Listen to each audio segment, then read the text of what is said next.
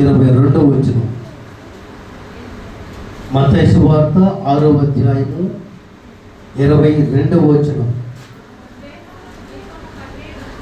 దేహమునకు దీపము కన్నే గనక నీ కన్ను తేటగా ఉండిన ఎడల నీ దేహమంతా వెలుగుమయమై ఉంటుంది. నీ కన్ను చెడ్డదైతే నీ దేహమంతా చీకటిమయమై ఉంటుంది. చాలు చాలు.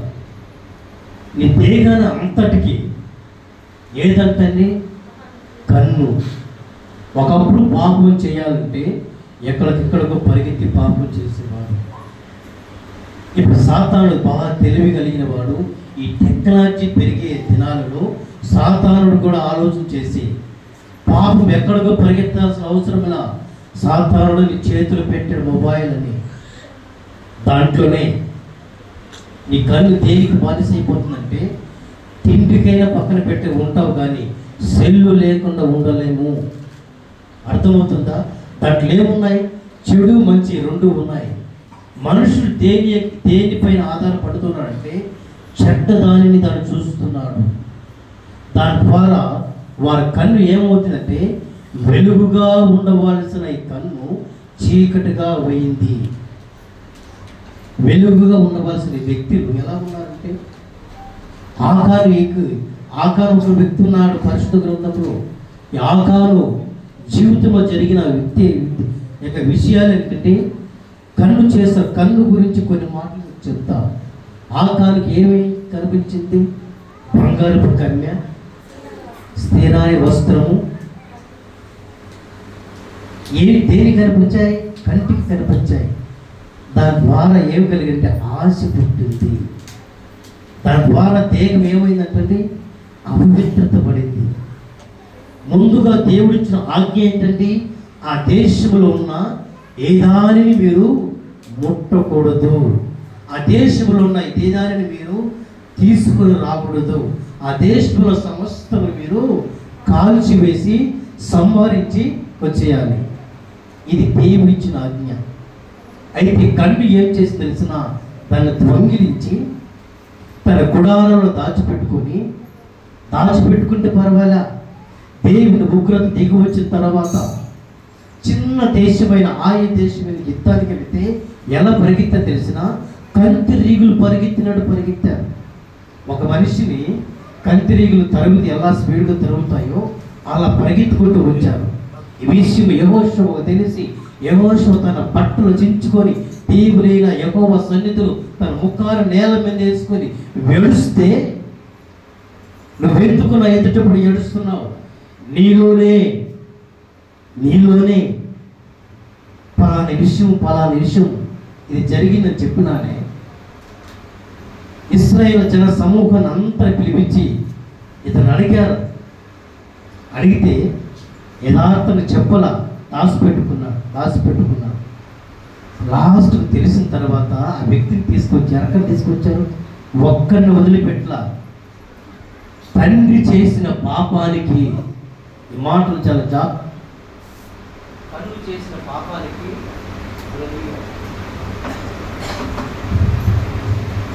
కన్ను చేసిన పాపము దేనిపైన దాని ఫలితం చూపిస్తుందంటే ఆకాను తీసుకొచ్చాడు. ఆకాను భార్యను తీసుకొచ్చారు. ఆకానుకున్న సంతతిని తీసుకొచ్చారు. ఆకానుకున్న సమస్తాన్ని తీసుకొచ్చేసి గవిని బయట పాలెము బయట అతన్ని రాళ్ళతో కొట్టి చంపారు. హల్లెలూయా. ఏంటి కారణం? కన్ను ఏం చేసి తెలిసిన కుటుంబాన్ని శాపానిగా మార్చింది. ఈ కన్ను ఏం చేసింది తెలిసిన ఏ పాపము తెలియని ఆకాను కుమారులు, ఏ పాపము తెలియని ఆకాను భార్య, ఏ పాపము తెలియని ఆకాను పిల్లలు పాలెము బయట ఇశ్రాయేలు ప్రజలు చూస్తుండగా రాళ్ళతో కొట్టి చంపడం జరిగింది. ఏంటి దీనికి కారణం అంటే కన్ను. ఈ కన్ను సకల పాపానికి మూలము. అందుకే అంటాడు ఈ కన్నును నువ్వు ఎలా చూసుకోవాలంటండి? ఈ దేహానికి ఈ కన్నే దీపము.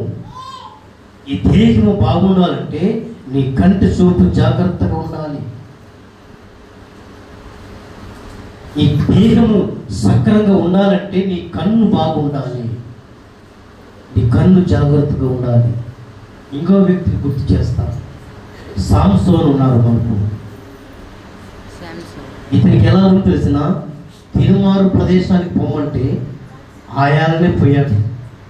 ఎవరైతే ఇతనికి వ్యతిరేకంగా ఉన్నారో ఫిలిస్తీన్లతోనే వివాహం చేసుకున్నారు.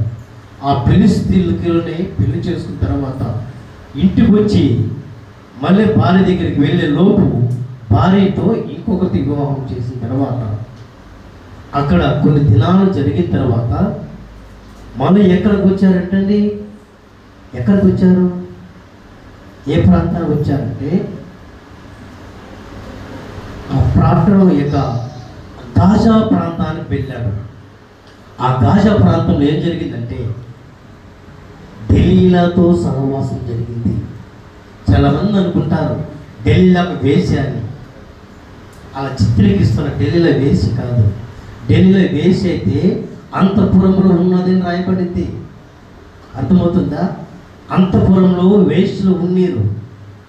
ఈమె ఒక మంత్రి కూతురు. దాని గురించి పరిశుద్ధాత్మ దేవుడు సమయం ఇస్తే కూతురు చెప్తా. ఢిల్లీలో ఎవరంటే మంత్రి కూతురు. అంతఃపురంలో ఉందామా? ఆమెకు కూడా కొందరు చెలికత్తులు ఉన్నారు. వీళ్ళందరూ ఎక్కడికి వచ్చారంటే ఢిల్లీలో మాటలకు లోపడి ఢిల్లీలకు యెహోవాకు పడి కన్ను ఏం చేసి తెలిసిన? ఏ కన్నైతే మోకపు చూసిందో, ఏ కన్నైతే దేవుని ఎదుట చేయవలసిన కార్యాలు చేయకుండా అపవిత్రానికి బానిసయ్యాయో ఇక సంవత్సరానికి ఏం జరిగిందంటే అవే కన్నులు తీసి పాడేశారు దేవుడు. అర్థమవుతుందా? ఏ దేహానికైతే వెలుగు దీపమై ఉందో కన్ను, ఆ కన్ను సక్రంగా లేకపోతే సంవత్సరానికి ఏం జరిగిందంటే కన్నులు పెరిగి వేయబడ్డాయి. కాల్చబడిన కడ్డీలతో కన్నులు పొడిచినట్టుగా జరిగిన కన్నులు రాయబడ్డాయి. మన దేహము ఎలా ఉండాలంటే పరిశుద్ధంగా ఉండాలి. నీ దీపం ఎలా ఉండాలంటే వెలుగుతూ ఉండాలి, ఆరిపోకూడదు. నీ దీపం ఎలా ఉండాలంటే ప్రకాశిస్తూ ఉండాలి. ఆరిపోతున్నది ఎలుగుతూ ఆరిపోతున్న దీపములకు నిర్గమకాండలో ఉంటుంది. ఇక అహరోను ఉదయ కాలమున ఇక దీప వృక్షం ఎదుట నిలబడి ప్రతిరోజు ప్రదీపలను సరిచేసేవాడు.